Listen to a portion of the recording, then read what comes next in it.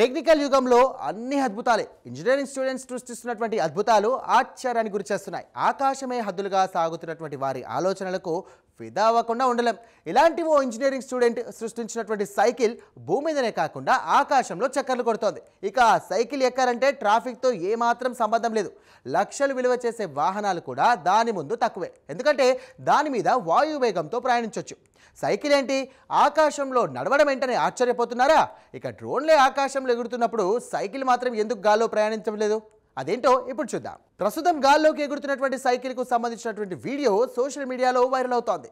ఈ వీడియోను ఎన్సెటర్ అనే వినియోగదారుడు సోషల్ మీడియా సైట్లో షేర్ చేశారు.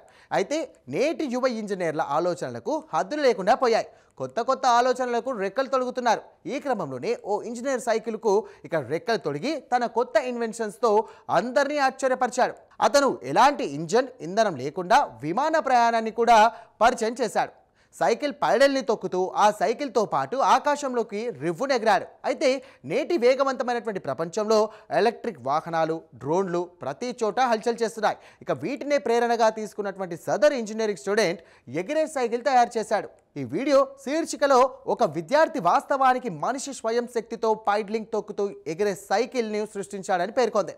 ఈ అద్భుతమైనటువంటి సాంకేతికతను చూసినటువంటి తర్వాత ప్రజలు చప్పట్లు కొట్టకుండా ఉండలేకపోయారు. అయితే ఆకాశంలో ఎగురుతున్నటువంటి సైకిల్ సాధారణ సైకిల్ కాదు. దానికి పెద్ద సైజులో భారీ రెక్కలు ఉన్నాయి. అవి తేలికపాటి ఫ్రేమ్స్తో తయారు చేయబడ్డాయి.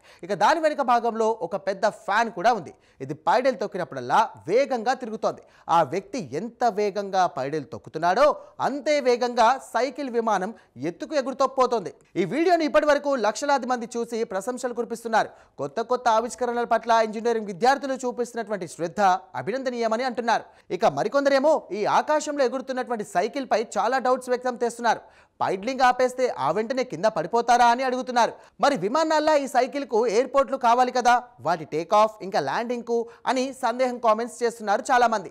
ఏది ఏమైనా గుర్రం ఎగరవచ్చు అన్న చందంగా చివరికి సైకిల్కు కూడా రెక్కలు తొడిగి గాల్లోకి తీసుకొని వెళ్ళడం గొప్ప పనేనని మరికొందరు అంటున్నారు.